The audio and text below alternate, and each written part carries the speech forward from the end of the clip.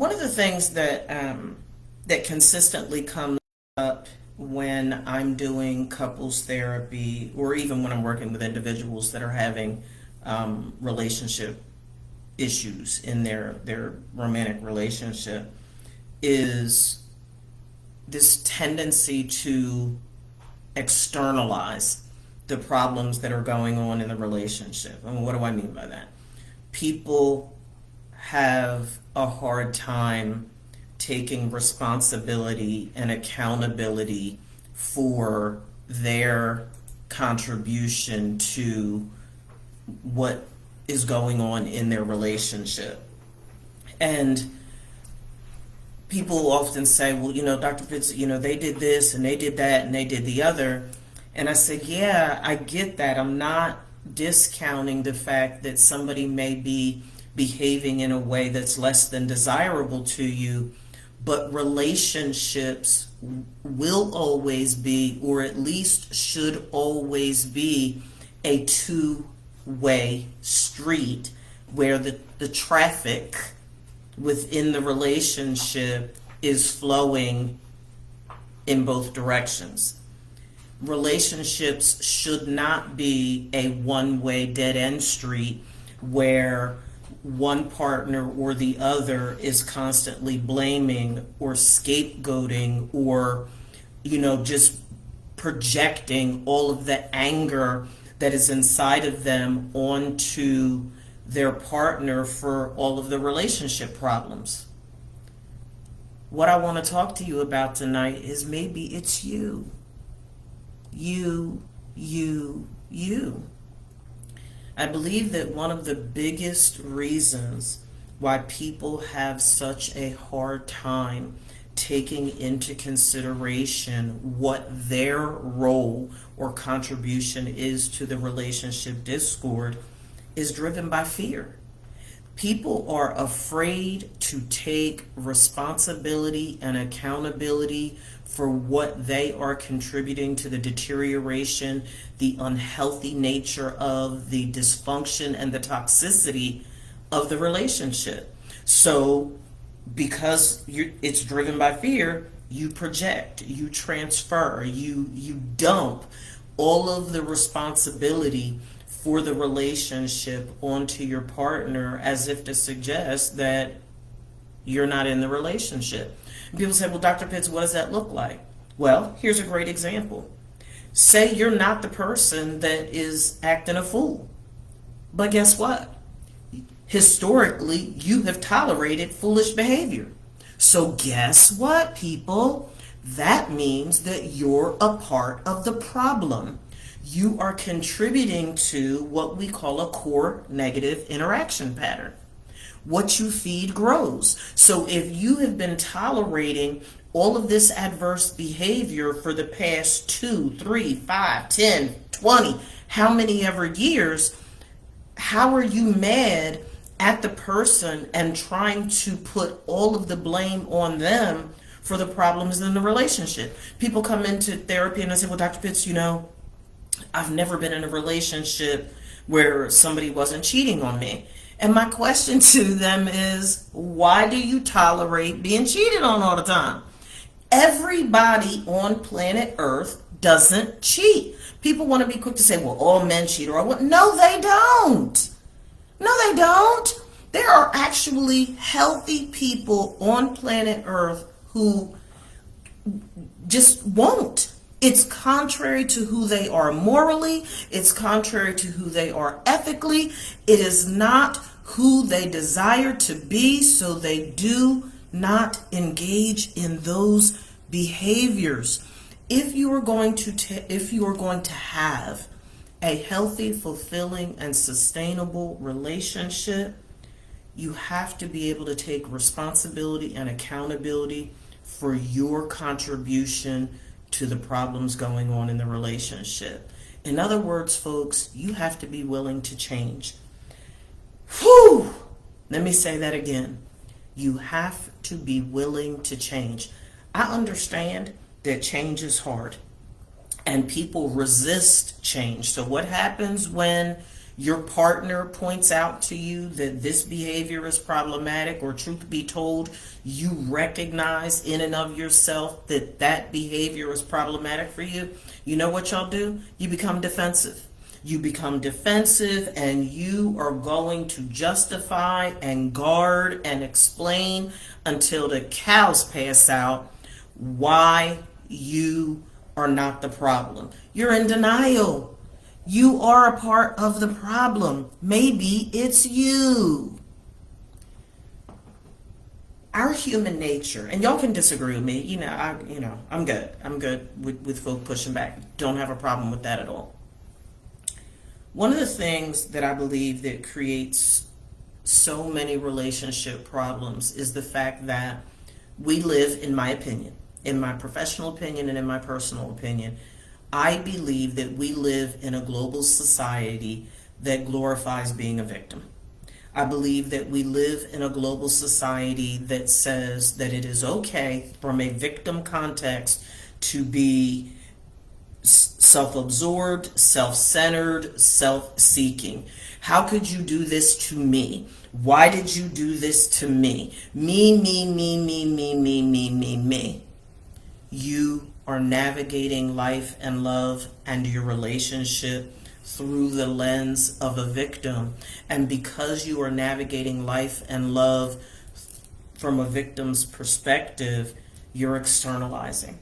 You're externalizing all of the problems that are going on in the relationship. You're blaming, you're scapegoating, and you are not doing what you need to do to acknowledge and to take responsibility and accountability for whatever it is that you are saying and doing that is reinforcing the negative condition of your relationship. Well, why does that happen to people? Well, one of the major reasons why is because you're not self-aware. One of the things that, because I'm a human therapist, I say this to my clients all the time, Dr. Pitts is a human therapist, so I think stuff rubs me the wrong way. I go through all of these things when I'm working with clients, and one of the areas that stretches me clinically is when people are not self-aware, and when I point out to them what their dysfunctional patterns of behavior are, when I point out to them what their personal deficiencies are, they choose, because it is a choice, people. It is a choice. They choose to not acknowledge the patterns of dysfunction that they have engaged in. They choose to not take responsibility for their own personal deficiencies in their relationships. And what I say the same thing to everybody. What do all of your relationships have in common? And they'll say, well, all of my partners have cheated on me.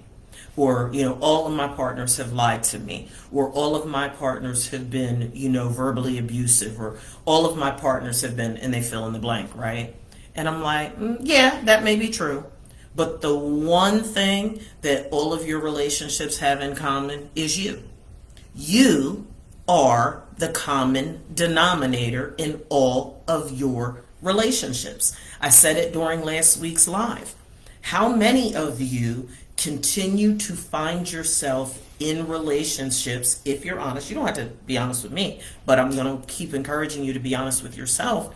How many of you keep finding yourself in relationships with people who validate the low opinion that you have of yourself?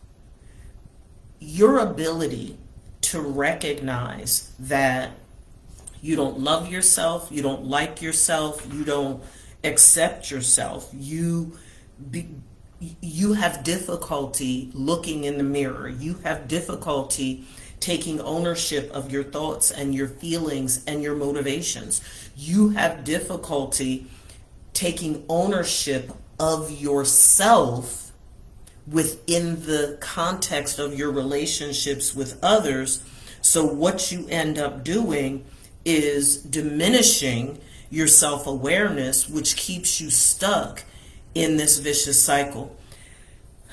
I would say in the past 4 to 5 months, I've been made aware of a couple of different situations where people have tolerated some egregious behavior from their partners and inquire from me, well, what's wrong with them?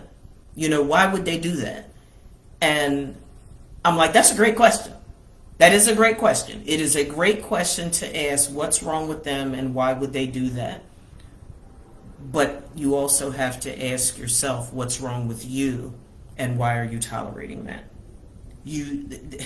They, there are just some things that my recommendation to you is to put firm boundaries in place and consequences that are proportionate to the boundary for violating those boundaries, because you have to remember, folks, any behavior that you say that you don't like but you tolerate it, it's the same thing as saying that that behavior is okay.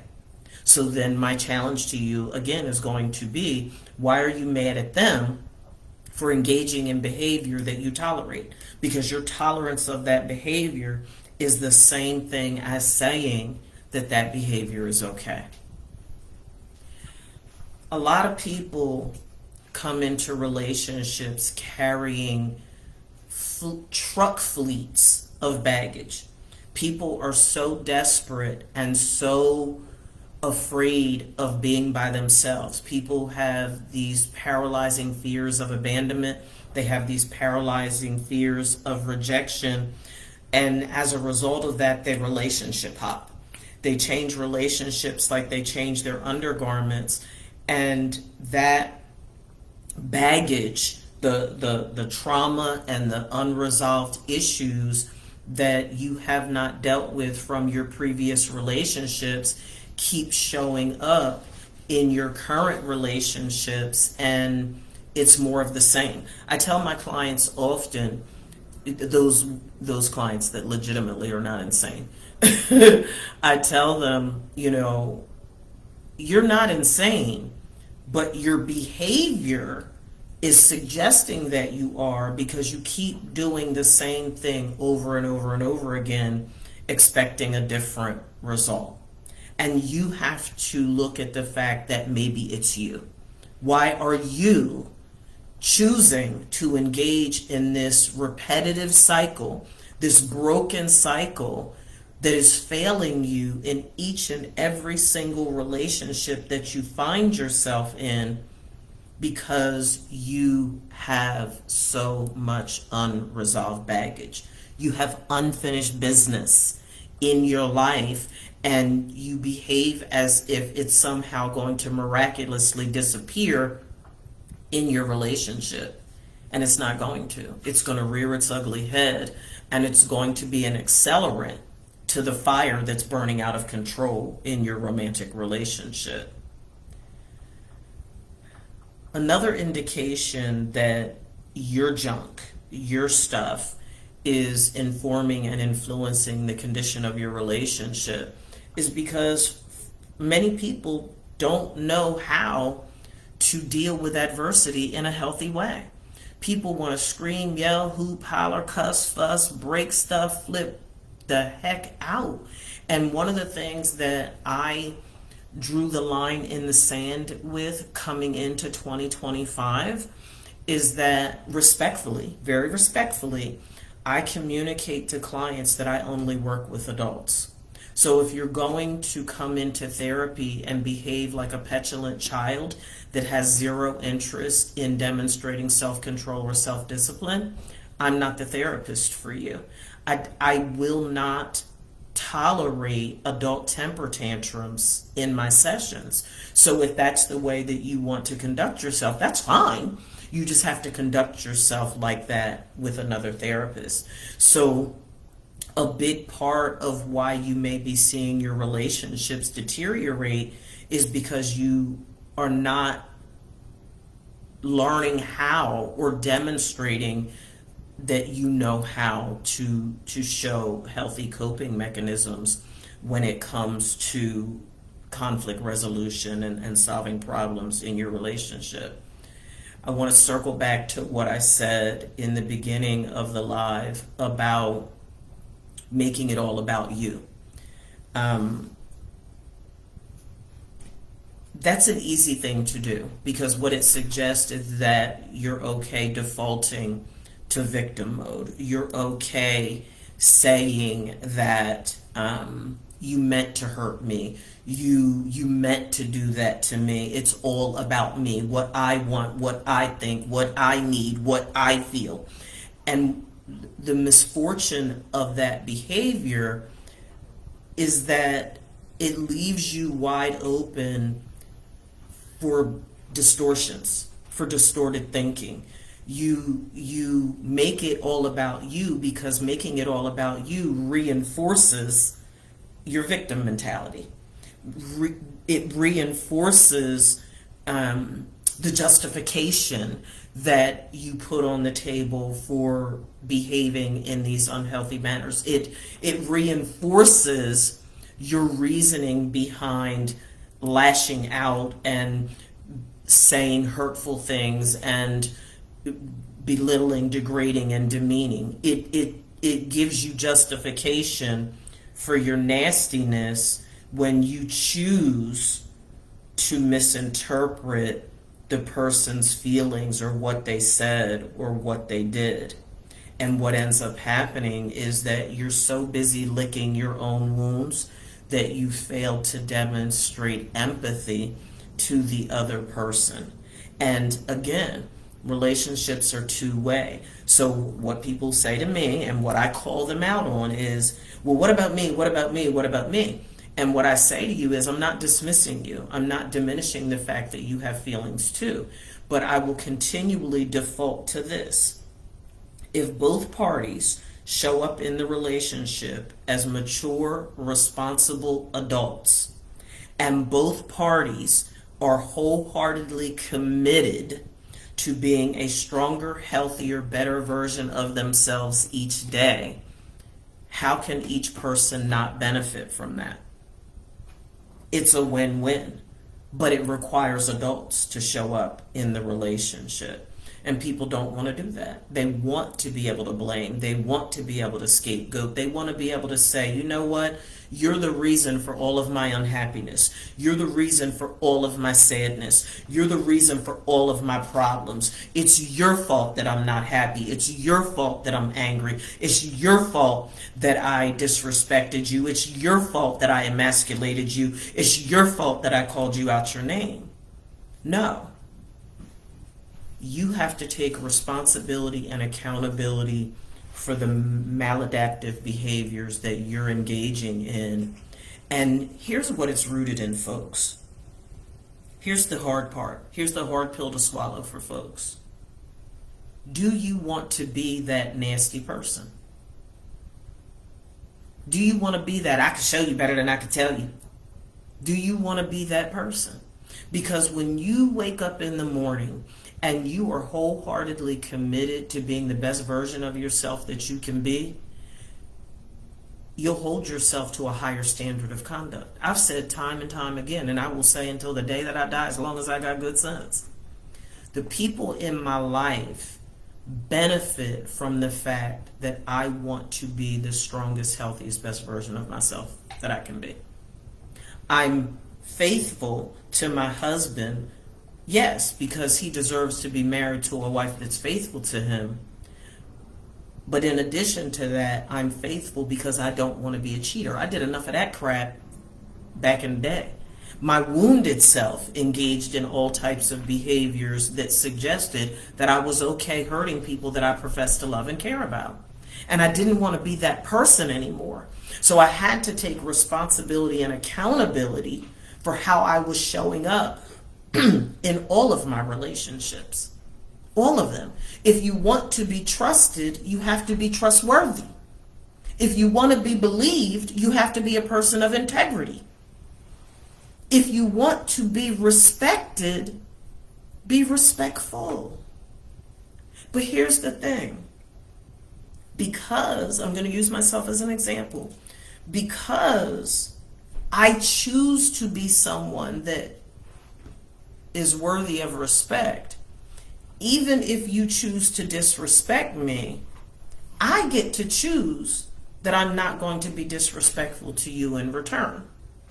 I'm not going to surrender my control and who I am authentically to you and your ignorance. But folk miss that. Folk want to retaliate all the time. They want to react in kind. Oh, you cuss me out, so I'm going to cuss you out.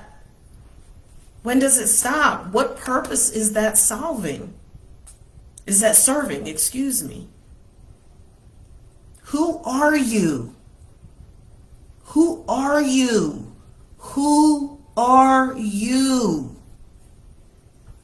Do your thoughts, your feelings, and your behavior align with who you really are? And if you really don't want to be somebody who's kind and loving and decent and respectful, my challenge to you is man up, woman up, and own that thing. Don't run around here fronting acting like you're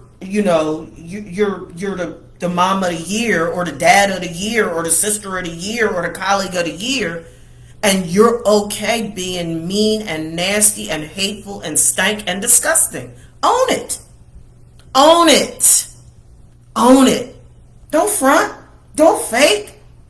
Don't hide underneath the shade of the tree. Own the fact that you're okay being a nasty, miserable, hateful, wounded human being who's okay hurting people that you profess to love and care about.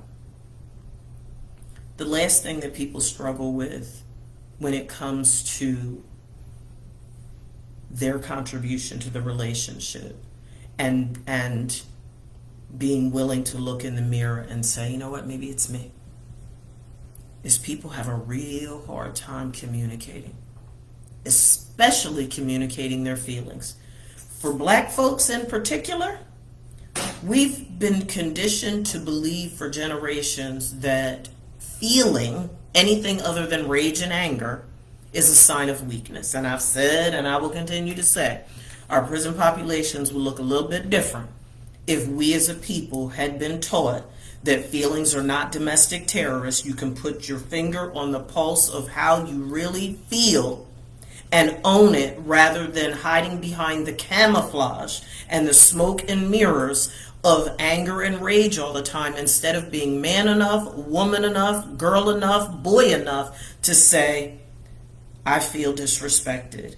I feel belittled, degraded, demeaned. I'm embarrassed. I'm ashamed. I'm humiliated. Daggone it, I'm scared. People don't want to acknowledge it. They don't want to acknowledge how they really feel. They want to rah, rah, rah all the time and act like, let's go. Oh, you can do that. But own the feelings that are really behind that. Own it. And learn how to communicate effectively. Learn how to express what you need, if you even know, because that's something that has become very apparent in my work too. People screaming, yelling, hooping, hollering, cussing, and fussing about the abuse, neglect, and maltreatment that they're experiencing in their relationships. And when I ask them, well, what do you need? They can't tell me. Well, they should know. Ain't nobody with no relationship with no mind reader. If you don't know what you need, how am I supposed to know what you need? Hello. If you don't know what you want, how am I supposed to know what you want? People just are not taking the time to heighten the level of their awareness first and foremost about themselves. And you place all these demands on other people. And for many, they are holding others to expectations that they themselves cannot even live up to. And it's sad. It's so sad. The last thing that I want to put on your radar to consider, maybe it's you, because your ears are clogged. We've been said it's cliche, but it's real. We have two ears and one mouth. Do you know how to actively listen? Or are you constantly listening to respond? Simple formula, folks. Learn how to speak so that your partner wants to listen and wants to respond in a healthy way. And learn how to listen so that your partner wants to speak to you in a healthy way. Maybe it's you.